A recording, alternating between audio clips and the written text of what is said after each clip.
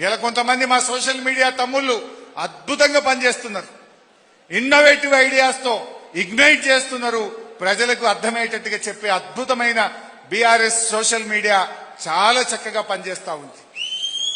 So మీరు దీన్ని ఇంకా ఇంకా ప్రజల్లోకి తీసుకుపోండి.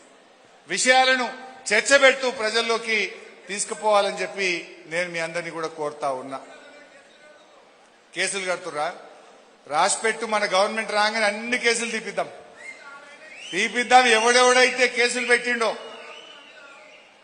ఎవడెవడైతే కేసులు పెట్టిండో వాని మీద మళ్ళీ ఉల్టా ఆ పోలీస్ ఆఫీసర్ల మీద కూడా ఎంక్వైరీ పెట్టిస్తాం.